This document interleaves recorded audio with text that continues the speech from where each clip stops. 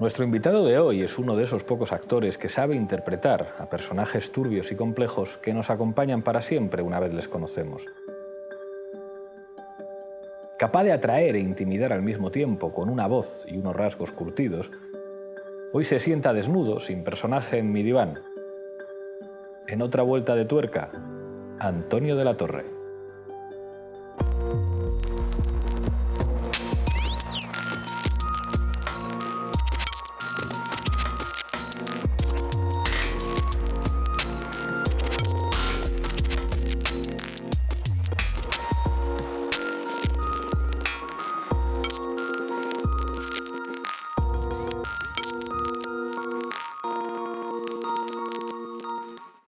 Antonio de la Torre, bienvenido a La Tuerca. Gracias, bien Muchas gracias por estar aquí. En este programa siempre empezamos con la infancia.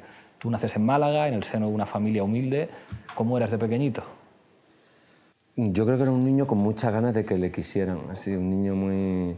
Yo era el pequeño de 3 hermanos, mi madre, la pobre, tenía que cuidar de 3 niños, un marido y 2 abuelas que vivían con nosotros. Yo creo que era muy buena, pero bueno, yo mi recuerdo es estar como por allí, dando vueltas por aquí y por allí, y con mucha fantasía. Tenía mucha fantasía de... Esto de ver, te cuento cosas que ahora pueden resultar ridículas, pero esto de ver anuncios yo qué sé, del Colacao y tal, y yo ahí quería como... Tenía ya como fantasías de que luego me iba a dedicar a este oficio. Pues fíjate, luego se me pasó una época... Vamos a hablar de eso. Vienes a Madrid, años 80, que de esto antes hablábamos out the record, 47 tacos. Tú conociste los 80 Estabas loco por decirlo del minuto. Empezamos bien la entrevista. Para dejar claro que tienes 11 años menos que Exacto, yo. Cada vez porque tú los 30 ya lo has pasado. Ya los pasé y fue duro, ¿eh? No lo he superado todavía, pero cada vez que estoy con alguien mayor que yo, lo señalo, incido en ello. Pero hostia, los 80, yo considero los 80... digamos como mi patria infantil. O sea, yo crecí en los 80, pero tú en los 80 estabas en la brecha, o sea, en la Facultad de Periodismo, sí, en Madrid. ¿Cómo era, digamos, ese mundo de los 80 para un joven? Si te digo la verdad, tío, estaba tan en la supervivencia. O sea, yo no te puedo decir que si te digo que viví la movida o la pormovida, yo creo que te mentiría un poco. Porque para mí era... Es que yo era un chaval, y bueno, sigo siendo muy cateto, muy cateto. O sea, yo recuerdo el primer día que llegué a Madrid, que me vine en un camión porque mi padre había fallecido cuando yo estaba estudiando, cuando yo hice justo antes de hacer la selectividad, en abril de ese año, y en el último momento, el último día de matricularse en la facultad, un amigo de mi padre me consiguió un trabajo en B. Un trabajo en B cobraba 30.000 pesetas y las 20.000 que tenía de beca, por eso yo también soy con el tema de lo público, porque yo hice ahí un cambalache con 300 euros al mes. Vivía. Trabajaba por la mañana, estudiaba por la tarde, entonces, claro, para mí en una época, sobre todo, que estaba como cumpliendo un sueño. Yo tenía el sueño de ser periodista. Para mí, irme de Málaga a Madrid era como irme a Nueva York. O sea, yo me sentía como un auténtico aventurero. Entonces, vivía cada cosa... Esa época la recuerdo mucho, cariño, porque cada cosa que me pasaba era... Lo que hablamos antes, o de récord, de que hemos perdido un poco la capacidad de observación o la capacidad de poder sorprendernos con cada cosa. Para mí era cada pequeña cosa, no sé cómo explicarte. Conocí a alguien Recuerdo que conocí a uno de Huelva y le abracé como si hubiera sido alguien de mi barrio. ¡Hombre, tú eres andaluz también! ¡Te tienes que venir a Málaga! Tío, Málaga, las ferias, esto es lo mejor que hay. Entonces, era muy puro, ¿no? Recuerdo como una época de mucha ilusión, con muchas ganas de vivir, con muchas ganas de... Supongo también, y esto ya es un poco más de diván, de no querer mirar hacia la pérdida que tenía de mi padre, porque... Y en esta época ni cine ni teatro, o sea, no tienes un grupo de teatro en la facu, o sea, tú... Mira, yo soy el primer día de clase, yo me encuentro así un tío así, delgadito, bien parecido así como tú. Eso para que veas que no te guardo rencor por lo de los 47 años. Y que se llamaba Alberto San Juan. Ah, esta historia me la han contado, o sea, sí, que tío, fue como la caída de San Pablo, de hostia. O sea, yo vi a ese pavo allí y no sé, algo me llamó. Entonces, recuerdo que me senté con él y empecé a hacerle preguntas. ¿Pero esto ya después de acabar la carrera o...? El primer día de clase, tío. El primer día de clase ese, que yo llego en los camiones, que vayamos dando saltos, es difícil que yo haga un relato coherente, pero lo intentaré. Que yo llego, me bajo de ese camión en Legazpi, que ese día había huelga de metro y tuve que pillar 3 autobuses. Y yo, hostia, Madrid está la de grande, he tenido que coger 3 autobuses para llegar a la facultad. Y entonces conocí a Alberto. Porque cuando vuelves atrás te sale el acento andaluz. Claro, sí. Y sí, efectivamente, sí. Yo siempre lo digo, yo me cabreo en andaluz. Claro. Y entonces ahí conocí a Alberto y yo me empecé a hacerle preguntas del tipo, oye, ¿tú has follado ya? Oye, ¿tú has escuchado Prince and the Revolution? Y preguntas de esas, ¿eh? Y no sé, tío, nos hicimos colegas ya y me acuerdo que durante la facultad siempre estábamos hablando, Alberto decía, oye, ¿te imaginas ser actores? O sea, sería la hostia. Siempre teníamos como esa... Pero nos parecía una fantasía, yo qué sé, como...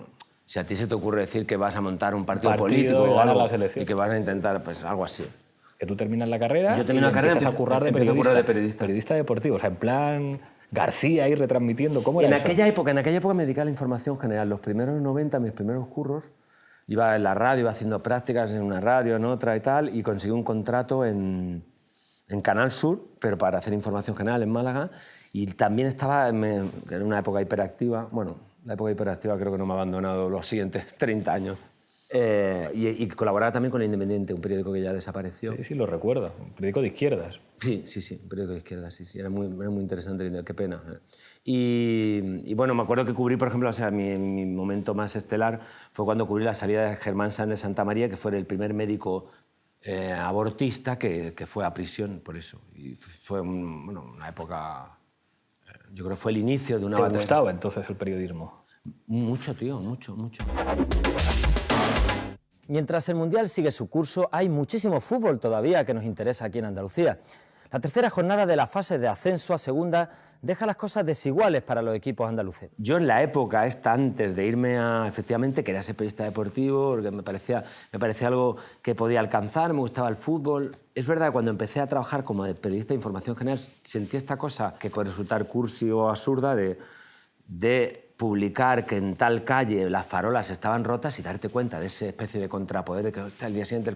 Eso me pasó en el Diario Sur, que en aquella época... Ahora contar esto suena prehistórico, pero en aquella época el periódico Sur, por ejemplo, en Málaga, era el periódico y era un poder brutal, no existía internet y como tú pusieras algo que pudiera comprometer al concejal alcalde de turno, eso iba a agenda política. Y entonces tuve esa sensación de decir, hostia, puedo... Es que suena que me estoy tirando el rollo, pero esta cosa puedo ser útil. Sentí esa especie de llamada de la utilidad del periodismo. Oye, pero ya entonces... Y no me he abandonado en cierto sentido, en el sentido de que contar historia, bueno, me parece que es algo que puede ayudar a... Creo que la información te libera. Claro, pero, joder, es alucinante que ya acabas tu carrera, empiezas a trabajar, te gusta el periodismo, tienes experiencias como, joder, esto que he hecho es importante, cuenta, pero finalmente con Alberto decir, bueno, vamos a intentar hacer esto que nos molaba siempre y con Cristina Rota. Pero esto ya con unos añitos. O sea, esto ya... No, 6 años después, con 24, sí, bueno, unos añitos ya, con 24 años después de... Yo ya tenía una carrera en Canal Sur, no era fijo aún, pero ya iba de un programa a otro. O sea, aparte, en aquella época era impensable que 20 años después íbamos a tener esta crisis. Vivíamos, en el año 92 vivíamos en una gran... Somos súper España. Hombre, exactamente, vivíamos una gran fiesta, una fiesta muy grande y había para todo el mundo. Pero bueno, Alberto me planteó esto de ir a la escuela. Yo entonces seguía eso dentro de mí y pensaba... Me acuerdo que me da mucho miedo perder el curro y más... Mi madre también falleció en aquellos meses, en el 92. Y me daba por un lado vértigo decir, hostia, tío, ahora que tengo un curro aquí fijo, tal... No. Pero por otro lado pensé, y esto fue clave, y si alguien que esté en mi situación me escucha, me gustaría, si le sirve, pensé, dije, el Antonio de 40 años le perdonará al de 24 no haberlo intentado. Y fue más por una especie de contramiedo, por lo que me atrevía... Y entonces dejé mi curro en Canal Sur y me vine para acá. Y la verdad es que el primer día de clase, esto suena peliculero, pero te lo juro que es así, y Alberto estaba de testigo, ya dije, esto... Hay una cosa de tu época en esa vida que también es como pura precariedad y me han contado que la pensión García puede ser. Sí, había que pagar... sí, señor. No sé Hostal García Casado, se llama el futbolista. Que había que pagar para que la ducha fuera caliente. La historia era que si te querías duchar, tenías que pagar 75 pesetas por la ducha de agua caliente. Y oye, en aquella época 75 pesetas diariamente es un tema. Es pasta, claro. Pero bueno, podemos no incidir en este tema ahora que soy un actor de gran prestigio y joven, conocido, frisando los 40 como hemos quedado. Es verdad. No tenemos por qué detenernos demasiado en este aspecto tenebroso de mi vida. Lo que pasa es que el aspecto tenebroso va a llegar. No te preocupes, ya llegan las elecciones. Claro, ahí sí que va a llegar lo tenebroso. Hay una cosa que me alucina hablando contigo. Joder, eres muy simpático. Y sin embargo, digamos, los personajes que te han hecho famosos son personajes turbios, o sea, personajes chungos, llenos de contradicciones, y tú intimidas. Es decir, la mirada de tus personajes y la voz de tus personajes acojona. Es decir, un preso, un policía muy chungo, un caníbal, un payaso medio zumbao que se enamora pero que es muy violento. O sea, ¿en qué momento tú te miras al espejo y dices, yo soy uno de esos actores que puede representar personajes que no hace cualquiera? Creo que eso nace de haber sido un niño, como te conté antes así, bueno, de repente digo, joder, es que en este programa me apetece mucho hablar de mí como cualquier ser humano, pero digo, no me quiero enrollar demasiado, quiero intentar responderle sin Pero creo que ese niño que yo te decía antes, que siempre trataba de ser bueno para que le quisieran, que tenía mucho miedo que no lo quisieran, que aún sigue, aunque cada vez está más apaciguado y más acariciado, pero aún sigue habitando en mí, y que nunca se peleó, que siempre huía del conflicto, en cierto modo estaba tapando algo que está también dentro de mí, que, hombre, gracias a Dios consigo canalizar. Por eso decía también que me parece terapéutico el teatro. Me parece terapéutico, sí. Y es que en el fondo todo ser humano tenemos también una parte que me cago en Dios, con perdón de la expresión. Tenemos una parte que me cago en la puta. Joder, pero es que en el caso tuyo eso sale... De todas maneras, si quieres, nos ponemos a hablar de los presupuestos y ya verás cómo se me empieza a salir el personaje de Balada. En el fondo, eso está en ti. Y es verdad que yo he conseguido, y en ese sentido para mí ha sido muy enriquecedora esta profesión, encontrar un espacio donde me atrevía a sacar eso. Cosa que en la vida no hacía, ni obviamente voy a hacer. Uno de los primeros que beso es Daniel Sánchez Arévalo, que dice, voy a sacar un... Daniel Sánchez me dijo una cosa súper de película, tío. Él me vio por lo visto en Poniente, una película de Chus Gutiérrez, donde yo conseguí mi primer papel, que ya no era Obrero 4, Deprimido 8, claro. Tipo Con Escorzo al fondo, Hombre sin diálogo 3, y ese tipo de papeles que eran los míos. Y entonces ya era Paquito, ya tenía nombre, y entonces el tío dice, hostia, este tío mola. Y me ofreció un corto suyo. El tracto digestivo es un sistema orgánico que transporta los alimentos desde la boca a través del esófago hacia el estómago y el intestino delgado. Allí ocurre el proceso de digestión. El material residual no digerido es transportado luego hacia el intestino grueso, un tubo de casi 2 metros. Pues... no sé, yo me sentía incómodo, como aburrido, aplastado, como que todo me pesaba. Y rutina, rutina... No sé, yo necesitaba algo que me devolviera la alegría. ¿Entiendes lo que...? Algo... El colon elimina productos digestivos de desecho. Masturbación. Que el cuerpo excreta como heces por el recto anal y ano. Solo hace falta un bote de vaselina, bien grande, y hasta el fondo. Y no solo por placer. Profilaxis. Bueno, el corto es una cosa de comedia, funcionó muy bien, muchos premios en festivales, y yo dije, hostia, este tío tiene cine dentro. Y ya nos hicimos amigos, intimamos, fue una cosa natural, surgió, y me dijo una cosa que jamás olvidaré y jamás le pagaré. Me dijo, yo creo que nadie ha escrito un papel a la altura de tu talento. Dice, yo lo voy a hacer. Y me cambió la carrera. Joder, tío. vaya si lo fue hizo. una cosa muy hermosa que yo siempre... Yo aún recuerdo en el estreno Azul Oscuro Casinero con José Antonio Fele, el productor de la película, que es muy amigo mío y que hemos trabajado muchas veces después, y ojalá, supongo que lo seguiremos haciendo. Y yo todavía le decía, digo, oye, ¿pero tú crees que yo puedo vivir de esto? ¿Tú crees que...? O sea, cuando hiciste esa peli, digamos que... Yo hice esa peli con muchas ganas, con mucha ilusión, y yo creo que en un momento personal que ya estaba yo cuajado. Estaba en los 30 y pocos, y entonces... no podemos borrarlo de los 40. Y entonces estaba, yo creo que personalmente ya me habían pasado cosas, que esa es otra también. Yo creo que también, según cómo eres... Eso es lo bonito de este oficio, que no, lo contrario del fútbol, cada vez es mejor actor. Como el vino. Pero bueno, exacto. Yo también se lo digo a las chavalas, eso de muy bien esto hecho. Con 37 mejor que con 26. Pues vale, pues este discurso ya te digo que no vas a abandonar de aquí en hasta adelante. los 80 años. Así que manténlo. Y entonces, yo qué sé, yo creo que me llegó en el momento, yo lo cogí con muchas ganas, supongo que se juntaron una serie de cosas, él me conocía muy bien, él es muy buen director de actores. No, con todos los respetos, no todos los directores son tan buenos directores de actores. Hay directores que tienen un universo impresionante, pero a la hora de saber manejar a los actores creo que no son, yo qué sé. Joder, pero es que ese personaje no es fácil. Es decir, para empezar pareces un preso, es decir, ahí con la cabeza rapada y no sé qué. Hay una escena que estás como detrás del cristal con el teléfono. Yo no sé si esto se te ocurre a ti, de dónde sale, cuando le estás contando a tu hermano, tienes que aprender a mentir y te sale un gesto así que dices, ¿esto de dónde sale? Porque esas cosas... Esto de mi hermano Quique. Eso de tu hermano. Sí, mi hermano Quique. Es con este dedo de aquí. No, mi hermano Quique, no, que no, para nada es un hombre violento, es un hombre maravilloso, Pero bueno, es un hombre de barrio, mucho más de barrio de yo. Yo soy el menos talentoso de los hermanos, lo que pasa es que soy el único que me he dedicado a esto. Y él tenía esa cosa. Luego es verdad que luego como actor picas de aquí a allí. Hay otro gesto que tiene ese personaje que es de mi amigo Lolo. El Lolo que tiene ese gesto. Pues sí, me acabo de dar el micro. Digo, si tengo pinchado popo, y se metía. A veces picas aquí y allí. Pero es verdad que a mí ese papel me pilló en un momento, y lo ensayamos también mucho y tal. Pero con todo te quiero contar una anécdota, tío, que ya he resuelto, pero para que tú veas lo que es la fantasía que tienes como actor de ser y luego lo que es la realidad que eres tú. Yo hago ese papel metido en el partido total, no sé qué, con Dani, muy currando, lo que tú dices, rapaz, fui 2 o 3 veces, entré en prisión a través de una ONG que me ayudaron. O sea, me ocurre todo lo que pude. Lo hago, yo me siento muy bien. Y está Dani montando la peli y me dice, oye, brother, me llama brother, me dice, brother, tío, está todo el mundo hablando de ti, que no veas, tío, qué tal, tío, vas a pegar el pelotazo.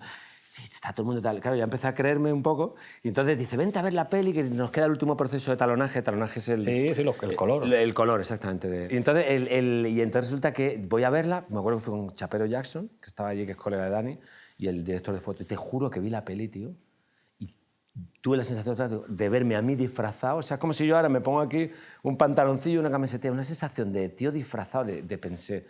Eso que tú decías antes.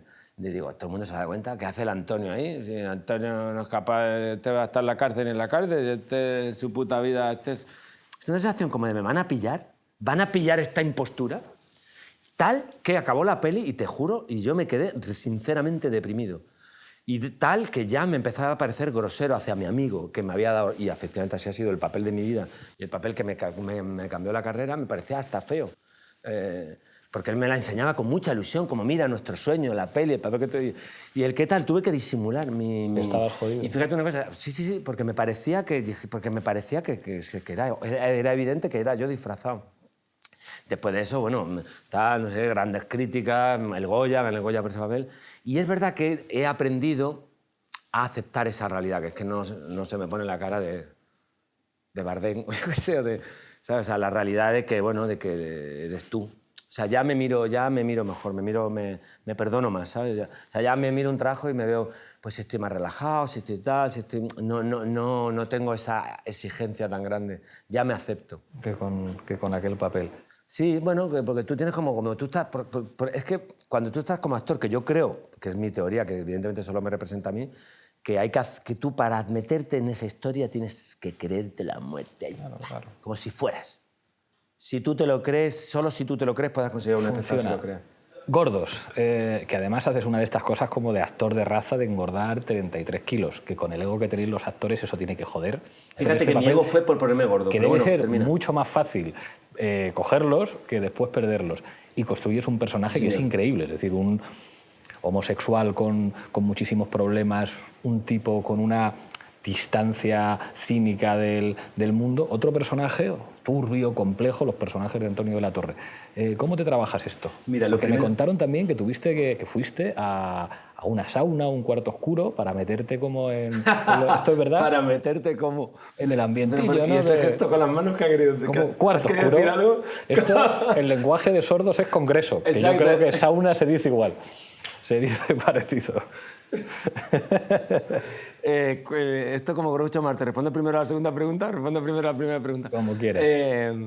Lo de gordo, es cierto que hay ego, pero fíjate, tío, que es más el ego por el hecho de engordar. O sea, honestamente había algo de ego. Este reto lo voy a superar, pero bueno, esto entiendo yo que es humano en cualquier faceta de la vida que uno se plantee, desde el que se suba a la montaña.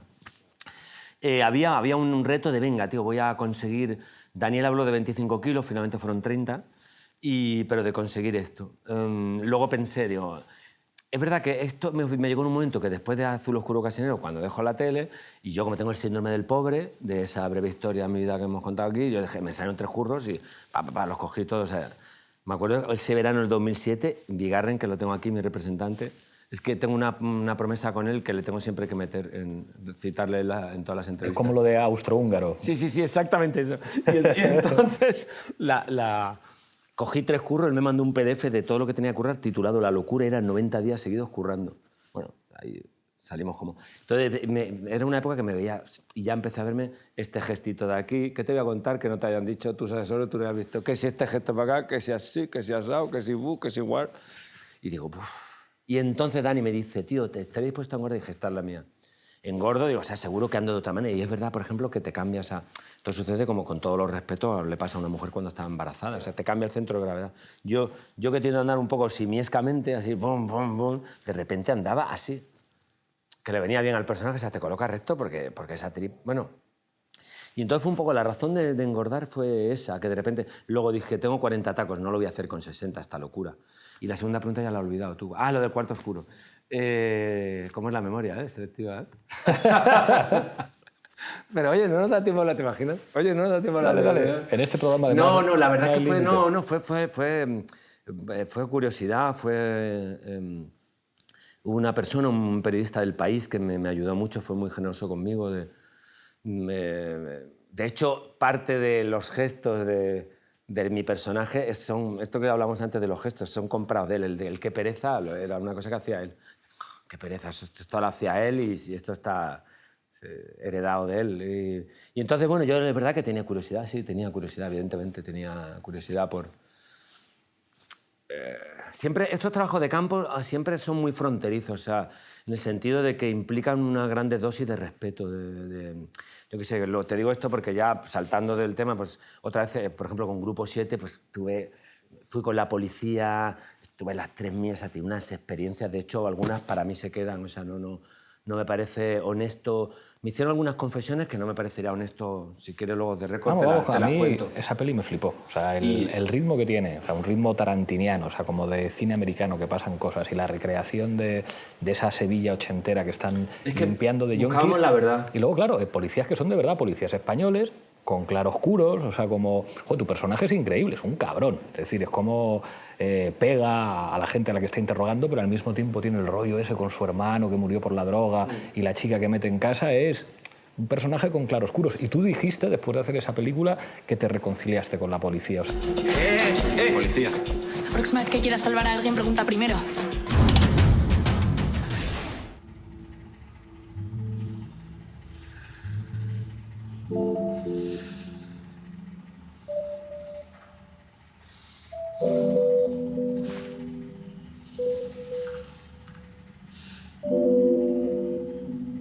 No tengo dónde ir.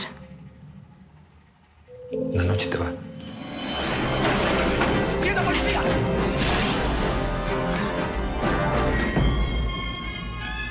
¿Quiénes son ustedes? Grupo 7. ¿cómo es esa experiencia? Porque tampoco es que estés interpretando a un policía, digamos, precioso, puro, No, pues luego la absolutamente experiencia honesto. vino, o sea, porque te digo, hombre, o sea, yo al igual que tú, al igual que cualquier ciudadano con 2 dedos de frente, tú ves unas imágenes de una manifestación y ves la cara de la policía. Te pones del lado de la gente, claro. Evidentemente. Lo que pasa es que, bueno, ya sabemos quién ordena esas cargas policiales. Porque a lo que yo voy es que yo estuve con gente del Audico, gente de gabinete de prensa, tío, me abrieron puertas, gente de armamento, gente de la Comisaría Sur, sobre todo, bueno, claro, en Sevilla, incluso con gente que tenía del grupo, que fue del... No, porque es una película, hay que decirlo, cuidado para no confundirnos, inspirada. Inspirada. No basada. O sea, inspirada es verdad que, obviamente, es verdad que existió la Expo, ya lo sabemos todos, eso parece, ¿no? ¿Te imaginas que fuera mentira la Expo? Una gran mentira, sería una buena novela. Como El viaje a la luna. Sí, sí, exacto. Y entonces todos, absolutamente todos en su... Es que no sé cómo decirlo, tío, en su día a día, me parecieron gente que hace su trabajo, Ya ves. que lo hace lo mejor que puede. Es que voy a decir cosas, van a sonar atópicas, pero gente con su familia, con su vida, con sus funcionarios, gente que tiene tal, que si el sueldo, que si... Conmigo fueron muy generosos, muy valiosos. O sea, me contaron cosas que ya digo, que dicen, joder, te estoy contando cosas que podrían llegar a perjudicarme a lo mejor y que evidentemente yo jamás voy a permitir que eso ocurra.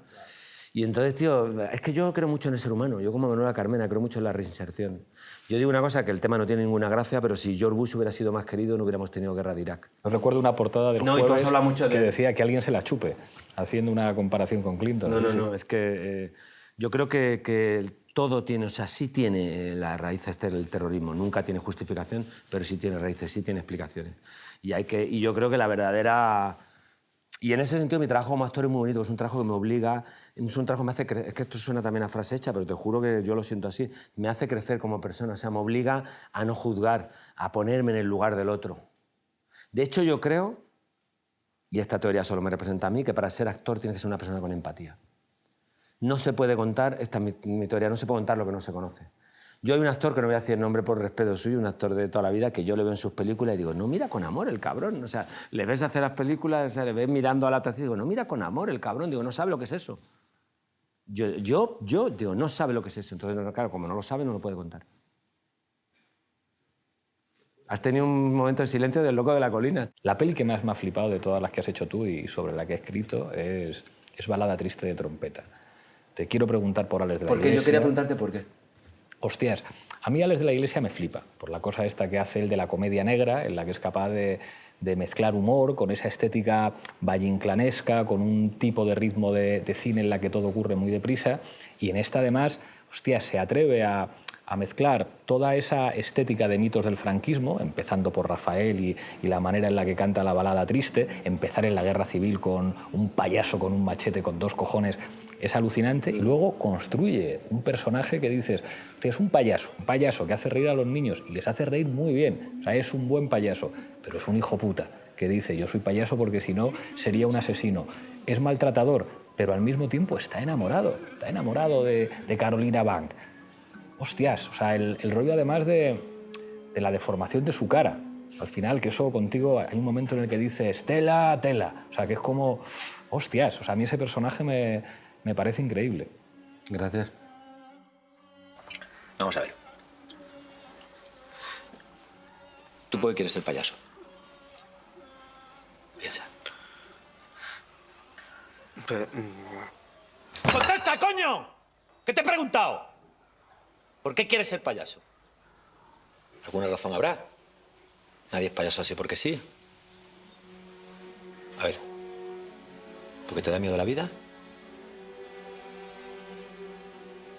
¿Porque lo eran tus padres? ¿Porque quieres humillarte? ¿Y usted? Porque si no fuera payaso sería un asesino. ¿En qué coño te inspiraste para hacer un payaso así? Si te digo la verdad, esto es un poco primicia, tío, porque pero bueno, hombre, no exactamente así y sería sacado fuera de contexto, pero yo cuando hice Gordos también aprendí una lección, fue por un esfuerzo muy grande de un año de mi vida, tenía unas expectativas muy grandes, supongo que enfermé de vanidad, una enfermedad que está siempre ahí, o sea, tiene virus por todas partes y más donde nos movemos nosotros. Y yo creo que me sentí maltratado. O sea, que bueno, porque lo pienso y digo, yo no tengo sentido maltratado por nadie porque si no le di a nadie el poder de que me maltrate. O sea, para mí hubo un antes y un después de esa película. Yo antes era mucho de las críticas, o sea, hubo un cambio muy grande con eso de... Porque yo recuerdo en el estreno de Gordos en Barcelona, o sea, me eché a llorar. Un momento que me eché a llorar porque de repente empecé ahí a leer algunas cosas. Porque bueno... Entonces me sentí, no sé, me sentí maltratado, pero ya digo, a mí nadie me maltrató. Fui yo mismo con mis expectativas y con lo que yo esperaba que iba a ser una cosa como muy... Y el caso es que sentí una rabia adentro y una mala leche que luego la pude sacar en esa siguiente peli, fíjate. Más cosas, mucho más complejo. Luego, pues esto que te decía antes de los policías, o sea, fuimos y hice un curso de clown, no sé qué, para, bueno, o sea, ya sé que no me iba a convertir en un payaso, ni me iba a convertir en un sastre en caníbal, o sea, nunca llegas, picoteas un poco. Los amantes pasajeros hicimos unos cursos en el CAE de piloto, no sé qué, pues un piloto que estaba con nosotros nos enseñó a hacer el checklist, que hacen el before take-off checklist, before landing checklist, estas cosas, pero olfateas un poco la cosa. Yo recuerdo, por ejemplo, la secuencia del pollo, ¿te acuerdas? Hostia, cuando tiras contra el En cristal... la secuencia del pollo había algo... Estuvo muy bien porque pude sanar toda esa cosa que yo tenía de yo reivindicándome frente al mundo, ¿no? Yo hacía como una sustitución, ¿no? Vosotros no tenéis puta idea, aquí el actor soy yo, ¿no? Era como si había algo de eso y me salió de lo más dentro de mis tripas. ¿No te gusta? ¿Es desagradable? Pues a mí sí me hace gracia. Yo digo lo que tiene gracia aquí. Yo soy el payaso. Los niños vienen por mí. Yo doy de comer, gilipollas. Yo digo aquí lo que tiene gracia. ¡Me cago en Dios! Joder. Fue maravilloso porque me sentí muy bien. Fíjate, tío, eso es una enseñanza de vida, ¿no? No sabes muy bien... Es que a veces el dolor, donde hay dolor, te puede llevar luego puedes llegar a un lugar de felicidad, no sabes. Tienen una relación, de repente hay una ruptura y entonces lo que te parecía tal, de repente resulta que vas a otro sitio que... ¿Cómo es currar con Alex de la Iglesia? Porque Pues, yo así pues desde la distancia le veo cabrón, o sea, como de director cruel, ¿no? No. Alex es un niño grande, maravilloso, pero que también, como esa parte de niño que él tiene muy potente, por eso está en su cine y es de cómic, y él tiene una exigencia extrema consigo mismo y con los demás. O sea, yo recuerdo en Balada, por ejemplo, en otra escena que estaba lloviendo en Alcoy, en ese maravilloso... O sea, hubo cosas de esa peli que son épicas. Yo lo he hablado con Mariela Pesuyevsky, que era la productora, y Gerardo Herrero, que eran los productores. Y es una peli que tenía de presupuesto 6 millones de euros y me acuerdo cuando Alex la llevaba en los Estados Unidos le decían no me creo que hayas hecho esto con 20 millones de euros. Y dijo, efectivamente, lo he hecho con 6. O sea, la peli tiene una factura de peliculón enorme y eso no nos lo quitará nadie. En Venecia, Tarantino hacía así, clapping... Y entonces en Alcoy, por ejemplo, que es lo que te iba a contar, recuerdo que llegamos y había una parte del centro de Alcoy, que lo siento mucho por esos vecinos, estaba derruida, o sea, que de repente aquello era Guernica, o sea, que yo era la... O sea, era la guerra civil. El circo que llega Yo allí, me quedé muerto cuando vi aquello, Pablo, y dije, pero what the hell is this? Y llega Alex y empieza, oh, por favor, el alcalde, por favor, esto no, por favor, ¿puedes esto, esto derrúyelo un poco? ¿Puede esto no hacerlo ahora? Porque está ese proceso, los vecinos llegaron, se reunieron con ella y dijo, no, yo se comprendo, déjame solo 2 semanas, prometo que... Y entonces aquello que estaba con los vecinos, claro, obviamente estaban locos porque aquello se arreglara. Claro. Y entonces encima empezó a llover. Y yo recuerdo un momento de Alex que era un titán y en ese momento yo dije, hostia, este tío, claro, me sube en lo alto un elefante un día de febrero allí en los escombros esos que hay ahí al lado de Atocha, por Méndez Álvaro, por ahí, a -4, que me dio a mí un tembleque de hipotermia, pero claro, él estaba allí también pringando. Entonces, cuando alguien hace eso, tú vas con él. Claro. O sea, entonces yo me acuerdo que estaba en Alcoy el tío y yo, venga, sois una señora, señoras, venga, mira, tal. Y había una cosa... Y es muy... Y yo estoy súper orgulloso de esa película. Carlos el y ojalá caníbal. curremos pronto juntos otra vez. Haces un caníbal, que es otro personaje increíble, un tipo frío, gélido, que incluso en la manera de matar y comerse a sus víctimas te transmite un ser, digamos, que es un psicópata, un ser sin capacidad de empatizar con sus víctimas, que de pronto se enamora. Y cuando acaba la película estamos todos llorando diciendo, coño, qué pobrecito, joder. ¿Cómo se hace un personaje así? O sea, un personaje que pasa de la más absoluta frialdad, la relación que tiene, digamos, en la sastrería en la que trabaja, cómo es parco en palabras, que habla poquito, que no se ríe, que no se enfada para matar al personaje que se enamora y que le tiene que confesar a su amor, pues mira, es que soy un caníbal, pero te quiero.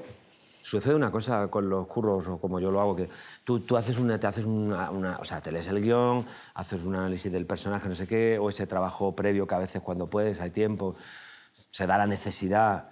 Por ejemplo, en el caso de Caníbal, de la sastrería y tal, vas haciendo que ya eso te va dando un cierto empaque.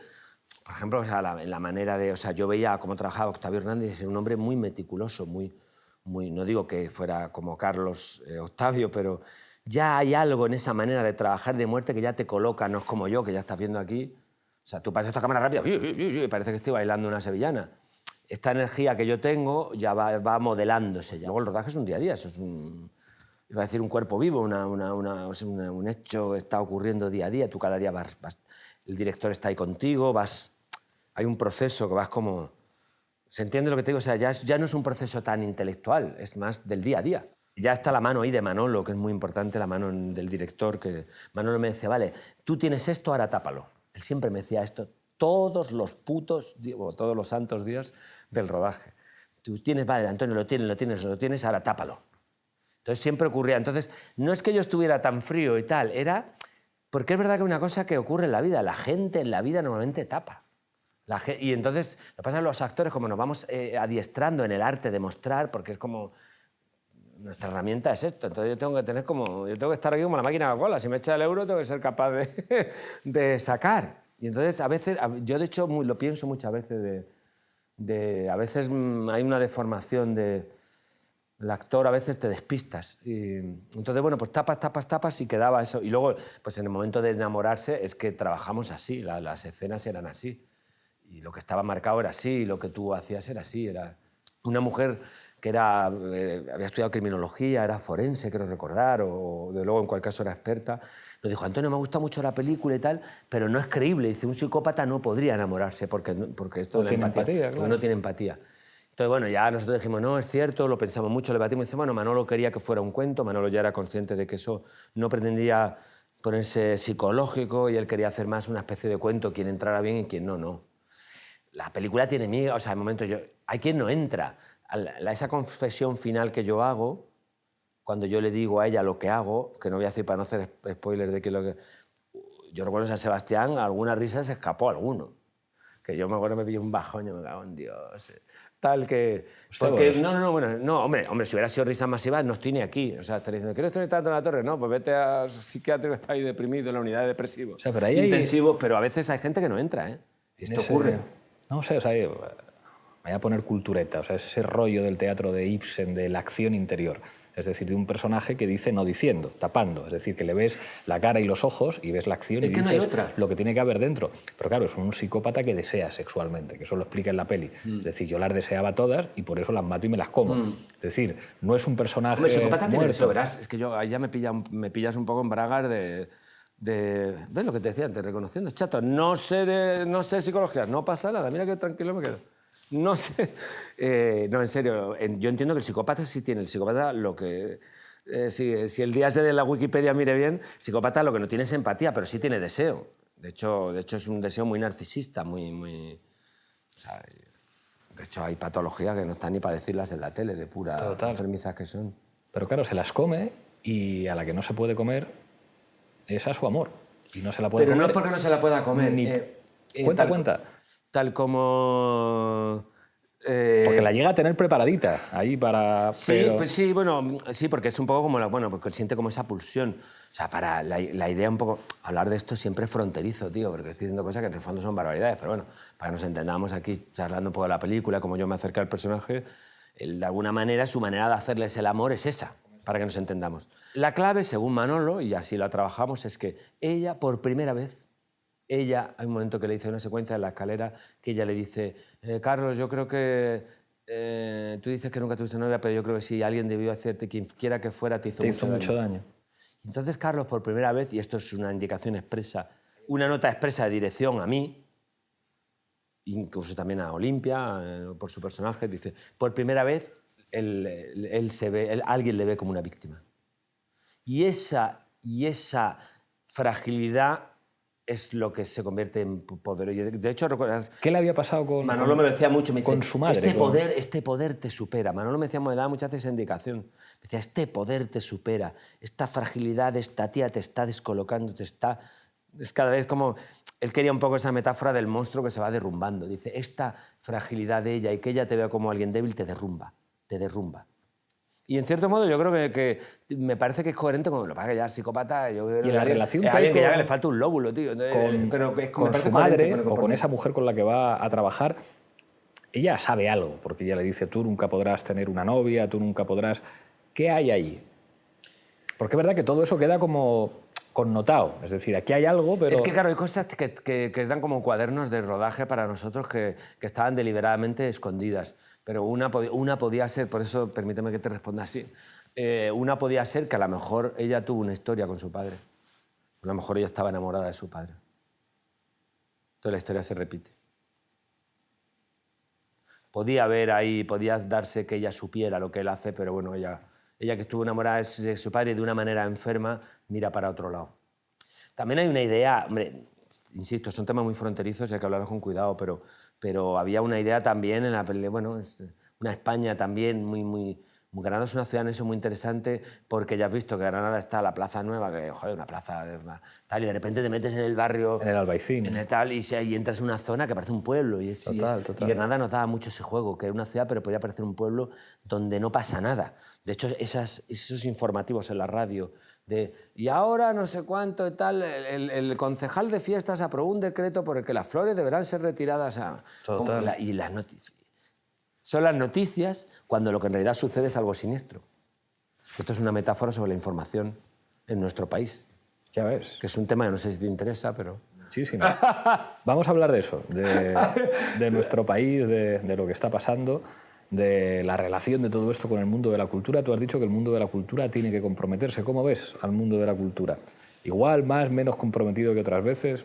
Bueno, yo lo veo un poco como al resto del país, resistiendo. En general, hombre, esto como la Naomi Klein, la doctrina del shock. En unos tiempos del miedo es fantástico para paralizar a la gente. El miedo como te coloca en una situación de supervivencia y una situación de... A mí me resulta difícil hablar como colectivo, porque la verdad, lo digo, porque en realidad yo siento que yo me represento a mí mismo, y me represento a mí mismo y a quienes quieran entenderse conmigo, que ojalá seamos la mayoría en este país, en esta sociedad. Pero yo entiendo que son unos tiempos de resistencia y hay quienes encuentran más resquicio en el miedo y se pronuncian. Tú los conoces, como Juan Diego Boto, como Alberto San Juan, como Carlos Bardén. Y hay pues, quienes a lo mejor también piensan de esto y luego es que hay mucho paro y hay mucho... Es que estás hablando con uno del 10% de los que curra. Es cierto que me ha costado 40 años, no siempre ha sido así, pero al fin y a la postre estoy en esa élite. Que no es poco para un actor. ¿Y el país? ¿Tú crees que vamos a poder? Yo creo que necesitamos una confluencia. Yo creo que básicamente la gente decente que quiere hacer las cosas de otra manera, que ya se ha cansado de estos... que se ha dado cuenta que en estos 40 años el sistema no es limpio, que hay mucha corrupción, que no se hacen las cosas claras, que hay algo que está atascado y creo que somos mayoría. El problema es que dentro de esa mayoría no nos aclaramos con las marcas. Y a mí me parece que yo creo que la marca es lo de menos. Yo, de hecho, ahí estoy de acuerdo contigo. Yo ya no me quiero calificar como alguien de izquierdas. O sea, no es algo que yo quiera quiero decir que a mí no me importa... No, me parece que las etiquetas de derecha e izquierda se han quedado atrás. Me interesa gente decente, gente que como enemigo común tenga la pobreza. Yo no tengo ningún problema con que alguien pueda tener... Quien quiera tener un yate, yo tengo otras maneras de emplear mi tiempo y mi vida. No tengo esa ambición. Aunque me va bien, yo tengo el mismo coche de hace 15 años. No tengo una especial ambición de riqueza, de consumo, aunque también soy hijo del capitalismo, pero sí me preocupa que haya igualdad de oportunidades, sí me preocupa que haya una educación y una sanidad pública, sí me preocupa que ningún ser humano se vea abocado a la miseria o a la muerte, como el niño este que ha aparecido hace poco. Y creo que en esto creo que somos mayoría, esto estoy convencido. En esta serie de 4 o 5 principios básicos somos mayoría. Lo único que creo que necesitamos, y ahí ya te hago un ruego como ciudadano, ya que estás en uno de esos movimientos emergentes con los que siento simpatía, que creo que está en ese camino, es no cerremos puertas a nadie. Hagamos total. Y creo que humildemente que la marca no es lo importante. Me da igual, perdóname el medio chiste, que se llame Podemos, Izquierda Unida, con Demor de la Pradera. Ahí, fíjate, o sea, como cojo el toro por los cuernos. Yo creo que nosotros hemos sido capaces de cambiar las reglas del juego para que el enemigo no estuviera tan cómodo. O sea, cuando nosotros decimos el eje izquierda-derecha es un eje en el que perdemos, no es porque, vamos, se me nota la legua que soy de izquierdas, es porque vamos a ir a otro terreno. Y también ahí es importante jugar con las etiquetas y los nombres. Es decir, nadie en este país se había atrevido a llamar una formación política, digamos, con una acción. Es decir, Podemos es algo que se ha convertido en algo que en sí mismo, como significante, tiene muchos más significados y políticamente muchos más fuertes que etiquetas clásicas de las que veníamos algunos. Y yo ahí sí creo que es fundamental que no tengamos ningún patriotismo de partido y que seamos capaces de abrirnos y encontrarnos con otros y digamos, y juguemos junto a Podemos, puede haber otra gente, pero nunca colocaos en donde nos quiere el adversario. No sé si leíste ¿Quién es el adversario? El adversario son los que mandan. El adversario son los que mandan y que son muy poquitos y que tienen, digamos, todo un ejército. Por ejemplo, ahora Madrid o Barcelona en común o las mareas, a mí me parece... Son nuestra gente. Es que no quiero ser esclavo de mis palabras. Iba a decir un inventazo, pero me parece... Porque me parece el proyecto que es gente, un proyecto ciudadano, adulto, participativo... Pero fíjate que cuando nosotros dijimos a las municipales no queremos ir, con nuestro nombre queremos apostar por candidaturas de Unidad Popular. Lo que nos dijeron, algunos de los que nos critican ahora, es: estáis rompiendo las esperanzas de que mucha gente pueda cambiar. Y es como, no, espérate, que en política hay que jugar con táctica. Esto en municipales funciona. Y ahora en generales, confiad que lo que estamos haciendo y la hoja de ruta es para que al final no estemos donde quería el editorial del País. Eso te quería mencionar. De estos que, el editorial del País. Claro, o sea, el editorial del País. nos quería situar aquí, pequeñitos. Es como la tercera fuerza. Y es como, no. Nosotros no vamos a jugar, no vamos a hacer el baile que quieren que hagamos. Es verdad que nosotros tenemos que ser capaces de juntarnos con otra gente, pero no para ser los terceros, sino para intentar ganar. Y ahí cabe pero todo si el es mundo. que yo creo que es que no te quiero decir para ahora un común, ahora o lo que sea, no quiero poner nombres, pero ese proyecto que yo creo que se entiende y la mayoría de la gente que nos escucha tal, es que creo que ese es mayoría. Es que creo que ese es mayoría. Sí que creo que es bueno, yo desde mi posición de quien me quiere escuchar, hacer una pedagogía de hay un camino aquí. Porque luego llegará un momento que vamos a ser realistas, y no me quiero poner yo elitista, pero hay una papeleta, yo hablo con mucha gente, amigos míos que no están metidos en la cosa de la política, que tienen una vida y tal, y muchas veces el acto de votar es que este es el país que tenemos ahora. Claro. Yo creo que lo podemos... Es que, claro, esto es como un engranaje que se va moviendo. Es decir, tenemos que conquistar la batalla por la información, por la libertad, porque la gente tome las riendas de su vida, o sea, porque cambie la... El otro día leí una cosa curiosa que yo no sabía, que idiotés en la época griega... El griego viene el que está fuera de la polis. Sí, del que está fuera de lo público. Claro. Me encantó, fue una cosa, lo puse en Twitter, fue una cosa tal, con Berlusconi, una foto de Berlusconi, venía precisamente nuestro querido El País. Curioso esta relación con las amantes de... Yo sigo leyendo El País todos los días. Es que... Le veo con... Hombre, afortunadamente hay una cosa que no olvidemos, que es el factor humano. Una cosa es los grupos que tengan y otra contra es la gente no los que escribe. Claro, El País. Eso nunca lo van a quitar. Esto es como las películas... ¿Tú viste las películas de los malos que de repente sale uno del grupo de los malos que le da la palanca? Total. Y salva la... Pero sí que me hacía mucha ilusión el poder transmitirte eso en la medida en que tú... No, sí. Pues, porque sí que creo que hay claro. hay un camino donde hay mucha gente que tenemos esperanzas. Y yo creo que Ciudadanos, por ejemplo, ha cogido un espectro, con todo el respeto a Ciudadanos, que yo no quiero... Mira, Manuela en eso es tan ilustrativa, ¿no? Cómo trata a Begoña Villacís, con que tan... Tío, el debate entre Manuela Carmena y Esperanza Aguirre me pareció como la clásica batalla entre el bueno y el malo, que el malo tiraba y le devolvía. Bueno, Esperanza, perdóname, pero es que estás hablando de una cantidad de simplezas, te lo digo de verdad, es decir, me da pena que entres en eso. Todo el mundo me conoce, sabe que llevo luchando por la democracia y por la libertad desde que tenía 16, 17 años. A mí nadie me puede decir, lo he escuchado en Telecinco, usted ha dicho que le parece muy bien. Estoy hablando, llevo toda mi vida luchando, ¿Pero le parece bien o mal? Pero yo creo que Ciudadanos ha cogido mucho voto que realmente quiere eso de lo que estamos hablando. Lo que pasa es que el miedo, esto va a ser una cosa radical, pero ese voto de cambio y ese lo ha captado mucho Podemos, y básicamente lo ha captado porque yo creo que no ha habido una pedagogía adecuada con respecto a un proyecto de sociedad de ciudadanos que tome la rienda y de sentido común y de decencia. De sentido común y de decencia, exactamente. Esa es la clave. Estamos llegando al final, te voy a hacer el cuestionario. Un referente, un maestro para ti. Julián Guita. Una película. Azul oscuro casi negro. Un libro. El olvido que seremos. Un director de cine. Ale de la Iglesia. Un actor. Alberto San Juan. Una actriz. Penélope Cruz. Un papel que te gustaría interpretar. Un líder político de derechas. Toma ya, eso me gustaría a mí también.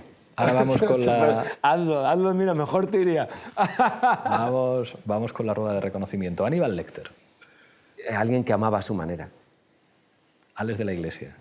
Alguien que ama a su manera. Mariano Rajoy. Alguien a quien le cuesta amar. Iciar Bollaín. Una mirada lúcida sobre la vida y un amor. Alberto San Juan. Mi hermano. Angela Merkel. Una señora que me gustaría conocerla, mirar los ojos y decir, ¿por qué, Ángela? ¿Por qué? Y decirle, tela.